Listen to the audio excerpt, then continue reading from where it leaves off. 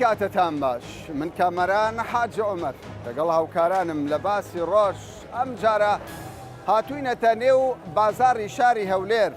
سبەی یەکەم ڕۆژی مانگی ڕەمەزانە بەپێی زانیاریەکانی ئێمە نرخی بەشێک لە کاڵاکان لە نێو هەرێمی کوردستان زیاد بووە بابزانین هاوڵاتیان لەم بارەوە چی دەڵێن و دوکاندار و فرۆشیارەکان چی دەڵێن و تەنانەت حکوومەتیش سەبارەت بە بەرزبوونەوەی بەشێک لە نرخی کاڵاکان چ پلانێکیان هەیە و بەنیازن چی بکە.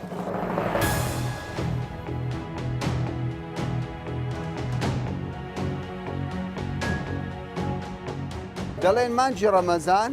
مانجی خێر و بەرەکەتە بەڵام هەرشتا ڕەمەزان ناتۆ ڕۆژێک پێش ڕەمەزان نرخەکان زیاد دەبێت چی تێدەگەن لەوە پێشەکی دەستخۆشی دێ دەکەم بەڕاستی یعنی جەنابەت لەگەر ستافەکەت دەناو ئەو بازاڕێ دەسوڕێتەوە یعنی معاناتی ئەو خەڵکەی بە حکوومەت دەبی ئاگاداری حکوومەتی بکاتەوە زۆر دەستخۆشتان دەکەم بەڵێ ئێستا ڕەمەزانە تێتاجیر هەیە خۆی دانووساندێ لە بۆ ڕەمەزانێ ئەو مانگە ڕەمەزانی استقلال دەکاتن علاقەی بە عیبادەت دانیە و باشە ئێستا بەناوی حاجی على ئەساس بەناوی حاجی استقلال وزعەکەی دەکات دەڵێن زۆربەی ئەو کاڵا و بەرهەمانە نەماوە لە بازار بۆی نرخەکە گران دەبی ڕاستە یانیش بە ئەنقەس دانێ با گرانی دروست ئەسڵ و ئەساسی نیە و قسەی هەموو شتێک نەخێت تۆ دەڵێیت ئەوەی دەزانیتەوە ئێستاوانە زەمبیان نییە حکوومەت مەفروزە لەزدەچی تەشکیلکردنا و بازار بەس تۆ قسەی بکە یعنی با ئەمە واقعی قسە بکەین هەولێر گەورەیە کوردستان گەورەیە یەک لیژنە دوو لیژنە یعنی ئەگەر بازرگان خۆی وجدانی نەبی پێ دوایە بە لیژنەیەک چارەسەر لە سنوورەکان هەموو جارێ پیشان نادەن جەنابتان احتیمالی چوو لەوێندە پەیامنێرتان هەیە لەوێندە لە ئیران ئەو جەرگە دێتە ژۆرێ هەموو توش سەرەتان نسبەی سەرەتان لەو زۆر بووە کوالیتەکەش خراپە پێشەکان سەرەتان چتووە هەر نەمان دەزانین سەرەتان چ دەیان گۆسی بڵێ بۆ نرخ گران بۆ بەڕێی تۆ یانی وەڵاهی هەموو ڕەمەزانی ئاوا گران پەیوەندی بە ویشدانی ئیسانەوە ئەرە وەڵا ویشدان نییە ئەوانەی گران دەکەن باشە بازرگانەکانیان خاوەن دوکانەکانە وەڵاهی هەردووکیان خەتە ئەوە نەبیەکیە هەردووکیانەوە هەردووکیان باری سەرەکی لیژنەی چاودێری حکوومەتە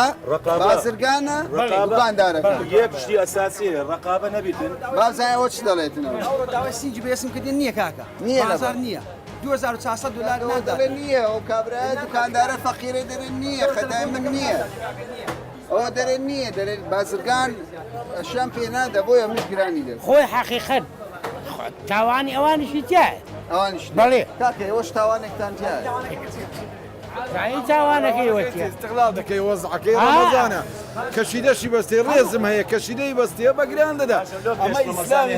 ئێستا باشە لۆ پێش ڕەمەزانە ئێستا باشە کاکە من ئەوچە بەڕادم هەیە هەر جێ 100 کارتۆین دەبێ 100 کارتۆن لە هەموو نوعەکان باشە بازرگانەکان استقلال دەکەن بازرگانەکان تەبعاً استقلال ئێستا ئەوانیش دەڵێن نییە ئەوانیش دەڵێن نەزانخۆ نییە ئەشیان نییە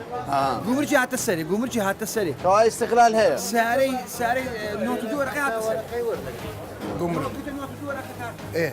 ترێلەر چلۆ صاحب دوکان لێم لێ دوکانەکە گران تو بۆ خۆت ساعت دوکانێ نا من لێرە هیچ دەکەم تاسبی دەکەم کەوایە خەتا دوکاندار نییە ڕئیسی گومرک گومرک هەدی کاکە ترێلەک 92 وەرەکە باشە چی سپادی دەکەنەوەوانە ویاننا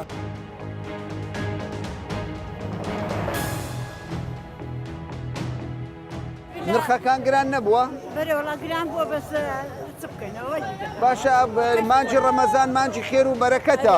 هەندێک لە بازرگانەکان نرخ گران دەکەن ینی پچیان پێ دەڵێت ڕاستەکەەوە حەقیان دەگاتی هەرزان کەن عالم فەقیرە و وەنیا پارەی نییە معاش نییە و پێ دوانیە گوناحێک دەکا بازرگان تۆ چی دەڵێت زۆر گەورەیە بەس حکوومەت لانەگریوانەیە چۆن یانی حکوومەت ئەویان ناکە غرامیان شەشان ناکە ئەوکۆ لەوە تو باز دەزانە فەرکا و باشە بازرگەر گەورانە زۆربەی ئەوانەی بازرگانیشن بە ڕۆژی دەبن بڕە بە ڕۆژی سێ لۆکلاوەتی بە ڕۆژی بۆ قبول لەبەر چه قبول یعنی استقلالی خەڵک فەقیر دەکەن باشە چ گرام بۆ چ گرام چ گرام بە 3000 بە 1000 دیناری ئەوڕۆوە بە سێ دەدا ئەو چێ سبەی لێ ڕەمەزان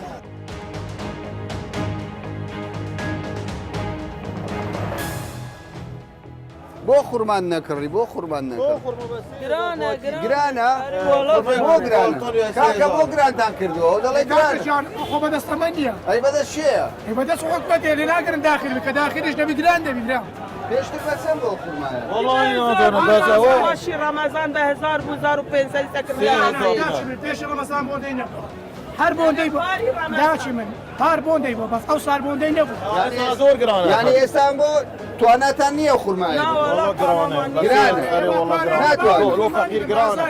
باشە مانجی ڕەمەزان مانجی خێرە بەرەکەتە بۆ شتەکان گران دەبی دەبێت داشکان کرد ئەو گران دەکەن گران دەکەن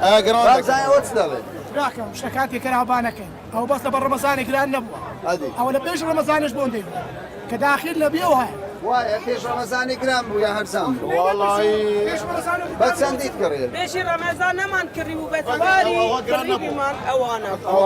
ئارەوەلا تازە گران بووە مەری تازە گران ئاخر دواگا لە گومرجی نییە لە گومرە گران بووە لە گومرجێ کارتۆنی بە 30,000 دوونی و ڕادەوە ئێستاەوە بە دوونی و لەسەر تۆیە دوونی و لێ دادێت ئێرە ڕۆبەچش دەخوات یعنی ڕۆبەچ قاسە یان 250 ناقات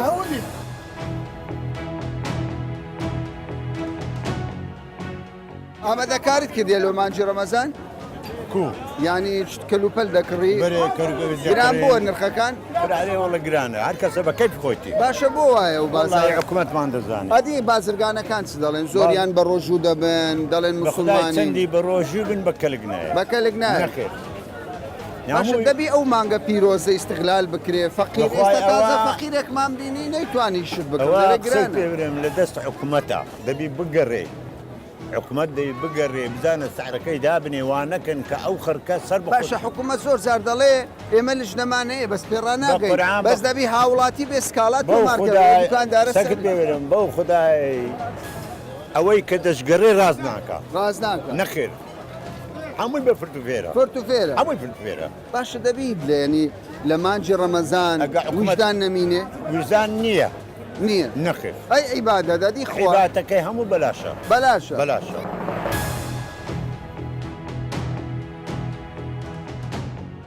تورشی گران بووە کاگران بووە گران نەبووە هەروەچ خۆیت ناوە بەڵام سبەی گرانی ناکەن ناکەینە گران هەر 4,000 ساڵی 4,000 هیچ مەوادە گران بوو لە هیچ گران نەبوو لە ئێوە دەکڕن بەرهەمە سەرەتاییەکان بەرێوەڵە گرانە بەس خیارە تەرۆزیە سێوی بن ئارداوانە گران نەبوو گران بووە بەس ئەمە هەر ساعی وەچ خۆیت ئێمە گران گران بوو لە بازار وەڵی بەرەبەر ڕەمەزاناش گران دەبی باش ئەدی ناڵێن مانگی ڕەمەزان مانگی خێر و بەرەکەتە بۆ گرانی دەکەن ئەو گرانیە لە دەست خەزە وەڵی برێم چێ بەس لەکەنەمە هەر 4,000 سعی گرانی ناکەین گران کڕیوە ئێستا تۆ بەخوای زەیتون شتۆم بە دۆلارێ ئەمە هەموو شتی بە دۆلار دەکەن هەموو ئێستا چەند هاتە سەر بەخوای هەل برێن بە 50 هاتە سەرێ گران بۆ باقلاوە ئەی شەکر هەروچ خۆی سەرەکاوە چ خۆیتی هەر یەکونیوە گرانمانەکرد ئەی بۆ ڕەمەزان چ ئامادەکاریتان کردێ وەڵی هەر یەکونی دەدەن گران ناکەین گران ناکەن ناوە بازار گران بۆ بەڵام هەم بەگە خەمە عمەلی خۆمانە ناتان گران ناتوانن هەر یەکونی ئەوانەی کە گران دەکەن چیان پێ دەڵێ لە مانجە تاوانیش گران بوونەکە چە ڕابە چ باکنە سەر بەسە هەیە بە دوی دەدا بەسەیدا گرانە پاقبوون ناکە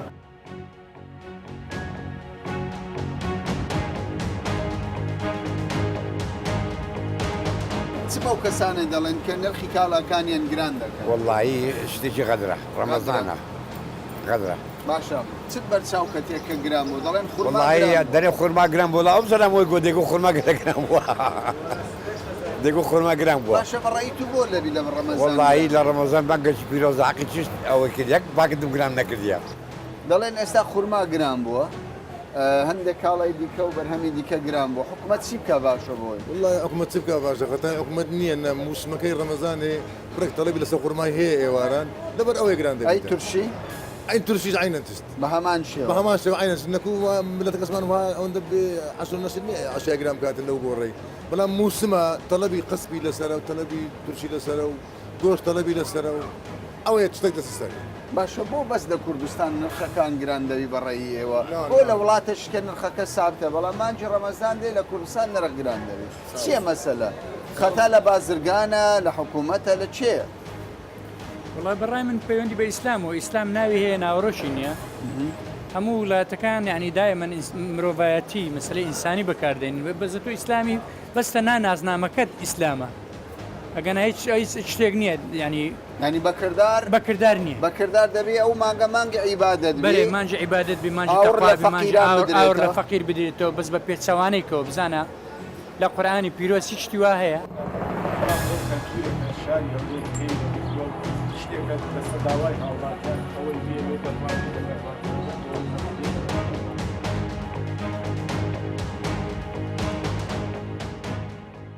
بەشێک لە هاوڵاتیان گلەییان لەوە دەکرد کە لیژنەکان کەم دەگەڕێن و هۆکاری نەبوونی لیژنەی زۆر بۆ پشکنین لەسەر نرخ لەسەر کوالیتی خواردنەکان وای کردووە لە مانگی ڕەمەزاندا زۆر جار لە سوپەرمارکێت و دوکاندار و فرۆشیارەکان ئیستیغلالی مانگی ڕەمەزان بکەن لەوەی کە داواکاریەکی زۆر لەسەر خواردنەکان هەیە نرخ بەرز دەبێتەوە ئێمە بە دوواداچوونمان کردووە لە هەولێر ئێستا لیژنەیەک پشکنین بۆ خواردنەکان دەکات بە سەرپەرشتی قایمقامەتی هەولێر کاگنەبەس ئێمە ڕاستەوخۆ دەچینە لای ئەوان و وە گفتوگویان لەگەڵ دەکەین سەبارەت بە کارەکانیان ئەم کاتتان باش کاگنەبەس سڵاوتان لێبێت باش شن ماندوو نەبن ئێوە خەریکی پشکنینن پێم وایە تاوان لەبەرەوەی بەیانی یەکەم ڕۆژی مانجی ڕەمەزانی پیرۆزە لیژنەکانی مە بەردەوام پێشتریش لە کاردا بووینە بەڵام پێویستە کارەکان چڕتر بکرێتەوە ئەمە بە باشمان زانی خۆمان سەردانی بازارەکان بکەین مەیدانیان بارودۆخەکە ببینین زەنگلەی و گازاندەی هاوڵاتیان چیا خوا نەخواستە کەسێک بێوێتن استیغلالی ئەو بۆنەیە بکاتن کە نرخ بەرز کاتەوە ئێمە لە نزیکەوە ئاگاداربین و تەنبیهی بکەین کە ئەوە نەبیتن لەبەرەوەی خواز لەسەر کڕینی پێشتر لیژنەت بەردەوام سەردانیەکانمان بەردەوام سەردانی ڕۆژانەیە مانگانەیە چونکە ئێمە بەردەوامە ناتوانانی کاتێکی دیاری کراوی بۆ دابنێت لەبەرەوەی زۆر جار هەبووە پەیوەندیەکت بواتەوە سکالایەکت بواتەوە شەو بووە تو لەسەر ئەرکەکەوە کەواتە ئەتیماتان لەسەر هاوڵاتیان بووە بە ڕێژەیەکی بەرچاوی ئەتیمادمان لەسەر هاوڵاتیانە و لەگەڵ دەرچوونەکانی خۆمانەوە پلانێکمانەیە پلانێکی خۆمانەیە کە دەردەچن لیژنەکە کۆ دەکرێتەوە هەفتەی جار هەیە 2 ڕۆژ 3 ڕۆژ جار هەیە 1 ڕۆژ بە پێی کات بە پێی کاتی ئەندامانی کەمی لیژنە گرفت نییە لە بەردەمتان زۆر جار بازدەوە دەکرێت لیژنەکان ڕێژیان کەمە ئەگەر لیژنەیەکی باڵامانەکە گەورەشە بەڵێ ئەمە لیژنەیەکی باڵامان هەیە وەکو قایمقامێت بەڵام لەگەڵەوەشدا هەموو فەرمانەکان وەکو چاودێری بازرگانی وەکو ڤێتەرنەری وەکو تەندروستی ئەوانش لیژنەی لاوەچیان هەیە بەدایان لیژنیان هەیە سەردانەکانی ئەوانیش بەردەوامە ڕۆژانە هەرکەم و کوڕیەکە بی ئاگدارمان بکەنەوە ئەگەر نەیانتوانی لە لای خۆیان چارەسەری بکەن ئێمە وەکو لیژنەی باڵا لیژنەی باڵای ناوشاری هەولێر چارەسەری دەکەین بەڵام ئەو لیژنەی ئێمە نوێنەری هەموو لایەنەکانی زۆر باشە ئێوە دەڵێن بەدایان لیژنەی جۆرا و جۆرمان هەیە بەڵام ئەمڕۆ ئێمە لە بازار بوون بەتایبەت لە بازار شێخەڵای هەولێر بینیمان بەشێک لە نرخی بەرهەمەکان خۆراکەکان زیادی کردووە با بە نمونە پێت بڵێم خورما گران بووە ماسی گران بووە مریشک گران بووە چی دەکەنێەوە بخۆی مەسلەی خورما وەزارەتی کوشتکالی عێراق بڕیارێکی دەرکردووە هاوردەکردنی خورمای ئیرانی قەدەغە کردووە بۆ دامکردنی خورم بەرهەمی ناوخۆ ئەو وای کردووە ئەو جۆرە خورمای ئیرانیانە نرخەکەی گران بیتر بەڵام ئەوانی تر کە باسی مریشک دەکەی 100 دینار گران بووە یاخود ڕوبع گران بووە ئەوە لەبەر ئەوەیە کە خواز لەسەری زیاد وەکو خۆت دەبینی بەدەیان هاوڵاتی بەو کاتەوە کاڵا و شتومەک دەکەن مانجی ڕەمەزان مانجێکە هاوڵاتی خەرجیەکانی زیاد دەکات باشە بۆ ئەم ڕەمەزانە چەند لیژنەتانێت چونکە وەکو خۆت باسیەوە کرد خەڵکێک کێ بێویژدانە دەیەوێت ماوەدی ئەکسپایر بە خەڵک سامە لیژنەکانمان زۆرە بەدەیان لیژنەمانەیە هاوڵاتیان دەبی هاوکار بن دوو ژمارە مۆبایلمان هەیە حەزمی هاوڵاتیان با لە لای خۆیان تۆماری بکەن دەتوانی بڵێ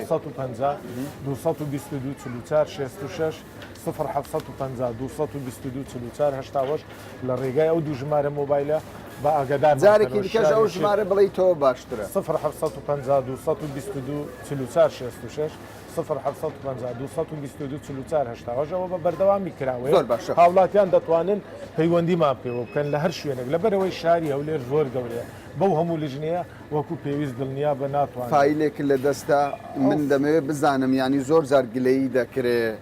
زۆر جار دەگوترێت لیژنە هەیە حکوومەت چاودێری هەیە لە هەموو لایەنە پەیوەندیدارەکان بەڵام ینی بەرچاوڕوونیەک نییە لەوە چێ سزا دەدرێت چێ سزاتان داوە تاوەکو ئێستا خەڵکەکی زۆر سزا درراوە بە سەدان ملیۆن دینار سزا درراوە چ لە ڕووی دەرمان ئێمە هەرم شەو دوو لۆری دوو ئۆتۆمبیلی بار هەلگری گەورە دەرمانی قاچاغ و دەرمانی قەدەغەکراومان دەست بە سەردان هەرم شەو تا درنگانی شەو لە هەولێر بەردەوامین ئەوە بە سەدان ملیۆن ئەوانە سزا دراون دەستگیریش دەکرێن و بەند دەکرێن لە خۆراک هەروەتر ئێستاگە سەیری یەک لە لاپەڕەکانی ئەو فیلە ئەوەی تێداوە لە یەکیەکی 2019 تاکو 34 یعنی پێش چەند ڕۆژێک 258 شوێنی ئاوا سەردانی کراوە لە ماوەی 4 مانگدا لە ماوەی 4 مانگە 258 شوێن سەردانی کراوە لەو 258 شوێنە 220 سەرپێچی تۆمار کراوە ئەمە هەمووی بەداتا لە سزلەکان هەمان لە 220 سەرپێچی تۆمار کراوە 52 شوێنیش بەهۆی سەرپێچیەکانیان کە گەورە بووە داخراون.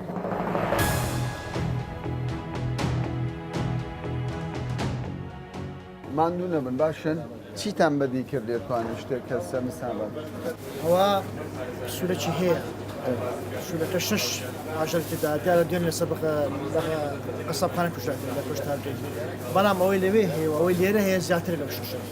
لە حەزمەکە زیاتر حەزمەکەی خۆی زیاتر ئەوە دەبێستا لەگەلی یەکۆینەوەکی ئارە چێ هینایە هەچەندە حەزەتە چی هەیە ئەوە قەسابەکە هەموو شتێوە چی وا دەڵێن ئەمە علەساس لەوێن دەرچاوەڕێ ناکەنە تا حەز دەکرێت زوو دەریگەنی پێ دەڵێن یەک چێش بەڵامەوە بە هەموو شێوەی ڕەت دەکرێت ئەوە شتەوە نابی دوو ئەوە مخالەفەتی دیشینەیە قیمەتی زۆری لەوێدانەیە ئێمە ئاگادارمان کردینەوە لە نوێن جەماعەت تەندروستی کە پێویست ناکە هەموو قیمەدا بدرێت لەبەرەوە قیمە لەوانەیە مەزاری فەرکردی تێدا بێت دەبی لە پێش هاوڵاتیە قیمەی باشە سزاکەیان چ دەبیتن بۆ نمونە ئەو سزارێن کە هەیە بە پێی قانونی عراقی ژمارە 22 ساڵی 72 ئەو شوێنایی کە ئەو زۆرە کاران دەکا پێبژاردننی هەیە و هەروەها دادگاشی هەیە دەتوانانی دادوەر دەتوانی بەندی بکە کەوا پێبژاردن لە ڕووی مادیەوە ئەمەش پەرێکە بە شێوەی بەوە دەوێت دەبی ئەو بۆشت هەموو دەستی بەسەر دابژێ بە پێ یاسا ڕەوانەی کۆشتەی هاوچەرخی هەولێر دەکرێت لەوێ پێشنەی ئەومانێ هونەریمان هەیە لەوێ پشتنی ئەگەر هات و شیاو بوو ئەوەی بە مەزادێکی عەلەنی دەفرۆشێتەوە ئەگەر شیاو نەبوو دەبی پێشتەوەی لە ناوبوو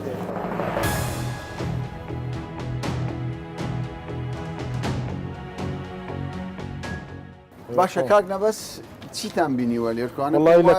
سەرپێچیتان بڵێ ئێمە وەکو باسم کردمە بەس لەوەیە بزانین بارودۆخی ناو بازارەکان چۆنە لە ڕووی نرخەوە و لە ڕووی کوالێتەوە ئێستا ئەوەی لێرە دەستمان بەسەرداگرد و تێبینیمان لێ کرد ئەو جۆرە هەمبەرگەرەیە بە پێی مواسەفاتی عراقی ناکرێت لە 3 مانگ زیاتر بیتن تاریخەکەی باڵێن بەڵامەوە 6 مانجی لێداوە لە 2/12/2019 تاکو هەژدا تاکو 1/6/2019 ئەوە سەرپێچیە بە سەرپێچی تۆمار دەکرێستا ئێرە سزاش دەدرێت خاوەنەکەی سزا دەدرێ و ئەوەش دەستی بەسەر زۆر باشە با بینەوە سەر ئەو ئامارەی لە بەردەست بوو باس دەوە کرد کە لە ماوەی 4 مانگدا ئەگەر ئەوە تەنها ئی خۆراکە ئی دەرمان نییە ئی مۆلیدە ئەهلیەکان نییە ئی پاڵاوگەکان نییە چکە ئەوانی شەمویان سزا دراون بە 10 ملیۆن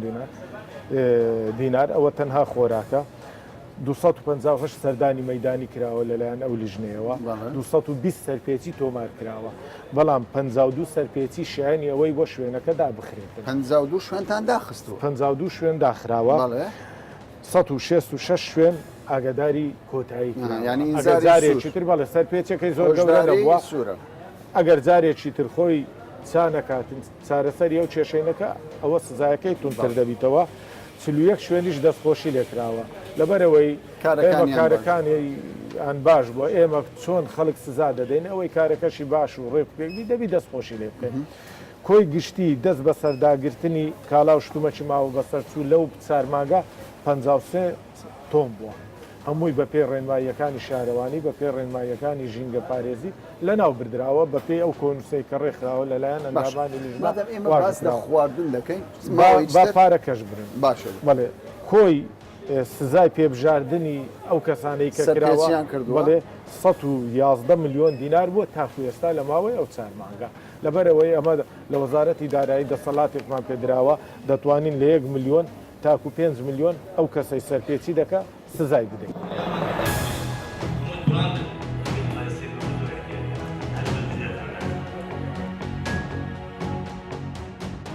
هەرچەندێک باس دەوە دەکرێت کوالیتی کۆنتترۆل هەیە لە سنوورەکان چەندین جار بەرپرسانی حکوومەت هێرێم دەڵێن کوالیتماندانەوە یعنی خۆراک و کاڵای ئەکسپایر نایەتە کوردستان بەڵام لە بازار شتی ئەکسپایر دەبینی چارەسەر چییە؟ بوونی ئەو کەلوپەلانەی ئەکسپار لە بازار لە ئەنجامی مانەوەی لە کۆگاکان یانەوە خەرزەکردنی لە کۆگاکان مایتەوە جینا هیچ کەلوپەلێک بە پێشەوەی ماوەی 6 مانجی مابێت داخلی هەرێمی کوردستانەوە لە مەرزەکانی ڕسمی ئەوەی کە بە قاسا خاتی شێچیە بەڵام شێچوانەوە تاکو ئێستاکە داخل بیتن لە ڕێگای گەورە بێت بەڵام ئەمڕۆ ئێمە بە دوواداچوونمان کردووە لە بازار لە هاوڵاتیان پرسیارمان کردووە بەشێکی زۆر دەڵێن نەلج نەدێ نە چاودێری دێ هیچ شتێک نییە پێم سەیرە ئەگەر وابێت لێمەوەکم کەلوپەلەمان لە چێ ئەکسپار ئەمە لە خلای چند ماگی 6 ساڵتانمان کەلوپەلی ئەکسپار گرتیە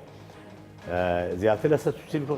1 کەسمان سزادایە 30 میلیۆن دینار سزامان وەرگرتی ئەلیشەمان وەرگرتی ئەگەر وەنەبوو بەڵام ئەو کە نەیبینی بێلاکەس هەموو نوێنە چاودێرەکانمە بازی چاودێری بازرگانیان پێ و خەریشی دەیانبیریتن باشە ئەو کەلوپەلانەی کە ئێکسپایر بوونە ئێوە وەکو باسیەوە دەکەن دەستان بەسەر داگرتووە چی بوونە چ جۆرە کەلوپەلی خۆراکە هەموو شتەکان هەموو جۆری شتێدایە هەر لە بەقولیات ڕادەگە هەتا خواردن و برنج و هەموو شتەکانی تێدا بە شەکر و هەموو جۆرەکانی خواردنی تێیە باشە چەند کەس دەگیر کراوە لەسەر ئەو لەسەر ئێکسپار دەگیر نەکرا کەس بڕیارەکە وایە کە سزایشی ئاسایی بدرێتن دەسەڵاتی مەنیێرەس ببی بەڵام ئەگەر مادەکەت ئەوەنەوەچی بی ئێستا ماسفای تاوانە بە هەموو هینایەتی ئێرە بە غێر شەرعینە ئێستا کەیسەکەی لەم دادگایە باشە پێتان وانە سزاکان سزای سووکن وا دەکات هەر کەسێک گەر لە ماوەی ساڵێک یان 10 ساڵی کارکردنیدا جارێک لژنەیەک چاودێری بکات سزایەکی کەم بدە ئەو سزا قانونی عراقی دیاری کردیا و دەسەڵاتی منە زیادی کەم بەڵام دەکرێتەوە پرۆژە دیاریکرا داواکرا بیت دەوە خستن و یان زیادکردنی ئێستا کە بە بڕیاری سەرۆکاتی ئەنجومەنی وەزیران دەسەڵاتێکماندرێتی لە میلیۆنە کە تا 5 میلیۆن دینار دەسەڵاتی ئەومانەیە بەڵام ئەوە بەدادگایی یعنی لەوانەیە لە دادگا اعتراض بگرن ئێمە بەرپرسیارش بین باشە بەڵام پێت وایە ئەم بڕیارانە لە خزمەتی تەندروستی خەڵکی کوردستانە پێدوانێ دەبی سزاکان تونتر بکرێت سەکان تونتر بکرێت بەڵام دەکرێت تەندروستی ڕێگا بە کۆگان نەدەن ئەگەر مەرجی کۆگارکردنی تە نەبێتن هەر لە ئەساسەنێن ئەو کۆگانە بکرێتەوە زیاتر نەکەلوپەلەکانیش ئێکسپار دەبن نەخ کۆساب بازرگانەکەش دەرمان دەبی لە هەمان کاتیش هاوڕاتیانی تووشی کەلوپەلی خراپ نابن باشە ئێستا هەوڵ دەدرێت بە شێوەک لە شێوەکان مانگی ڕەمەزانە بەشێک لەو بازرگانانەی کە بەستەنیە بیریان لە گیرفانی خۆیانە کاڵی ئەکسپایر بێنە هەرێمی کوردستان چ ڕەو شوێنێکتان گرتووەتە ئەمە ئێستا لێژنەکانمان دە لێژنەمان لە بازارە ئەوە دوین شەوانەش لە ساعت 12 تا 3 بەیانی دوو لێژنێ دیشمان لە بازار دەگرێت و وێنەیشمان لە چاودێری لە گەڵ قایمقامەت بە هەمان شێوە بە دواسوود دەکەن هەر سەرپێچکاری بگرین بە بێشک کاردانەوە سێ لەگە دەکەین کەواتە زیاتر لە دە لیژنە ئێوە چاودێری بازار دەکەینەوە باشە ڕێنمایتان بۆ هاوڵاتیان چیە ینی زۆرترین ئەو کاڵا و خۆراکانەی دەستان بەسەردا گرتووە و ئەکسپایر بۆ کامە کاڵا بۆ بۆی هۆشیاری بدەن بە هەوڵات مەرجینیانی کاڵاکان تو هەموو ئەو کەلوپەلێکەکە ئەکسپایر بکە بازرگان بێختە بازار دەکرێت تەلەفۆنەکانمان مەوجودە لە دەستگاکان بڵاومان کردەوە بەو دەنووزەی مەچ نەکرا تاکرێت بۆ شک چاودێری ملی زۆر هاوکارمان لەوەی کە هەر مادەیش کەلوپەلی شوادیتە ئاگدارکرد لەمە دواش بۆ دڵنیایی زانەری بەڕستان لە بەیانی ئینشاڵڵا لە پشت هەموو کاشێری مارکێتەکان ژماری تەلەفۆنەکانی خۆمان هەڵدەواسین ئەگەر لە هەرجێک کەلوپەرێکی ئەکسپایریان دیت یان تێبینیان کرد دەتان بەبێ ئەوی خوارەوە بکەن ڕاستەخۆمە ئاگدارمان کۆ بۆ تەلەفۆنەکە کە هەمان دەبیت بابزانین تاوەکو ئێستا چەند کەستان سزاداوە لەسەر سەرپێچیەکە ئەمە تاکو ئێستا سەرێک کەسمان سزاداوە ئەو سەدراوەکان نانەوەخانەیە مارکێتە جلوبەرگ فرۆشەکانە چێشخانەیە کۆمپانیەکانە مریشک فرۆش و گۆشت فرۆشە سەوزە میوە ئەو علوەکە علۆشە ئەوانە ساریان گرانتر فرۆشی لەو کەسەکەی کە سعری و دیاری باش دەتوانین بە ژمارە پێمان بەێ بە ژمارە نانەوەخانەکان 2157 سەردانمان کردینە 8 زادرانە مریشک فرۆشەکان 928 جار سەردانی گۆشت فرۆش مریشک فرۆشمان کردە لەوەش 5 سزادرانە سەوزە مرۆ فرۆش و میوەجات 1961 سەردانمان کردە 22 سزادراوە مارکێتەکان 3496 بکرایە یەک مارکێت سزادرایە نووسنگەکانی سەوزە میوە ئەوانەی علوە 20 نووسنگە سزادرانە چێشخانەکان 3 چێشخان سزادرایە کۆمپانیەکان 5 کۆمپانیای سەرشی سزادرایە ئاشەکان دە ئاش هەرێکە بەبری 1 میلیۆن دینار سزادرانە کۆی سزایەکی کەورمان گرتیا 29 میلیۆن دینار.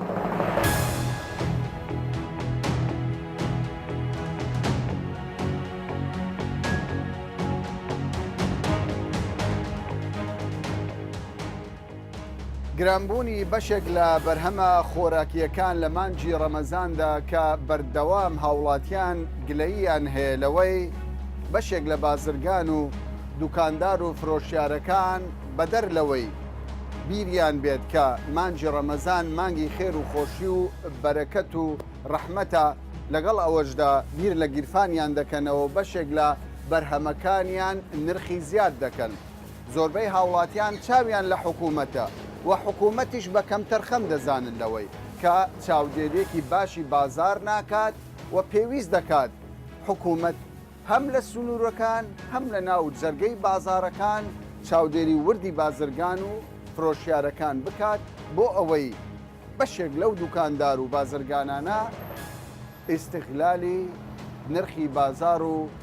قوتی هاوڵاتیان لە هەرێمی کوردستان نەکەن. تا باسێکی دیکە و بابەتێکی دیکە بەخواتان دەسێت.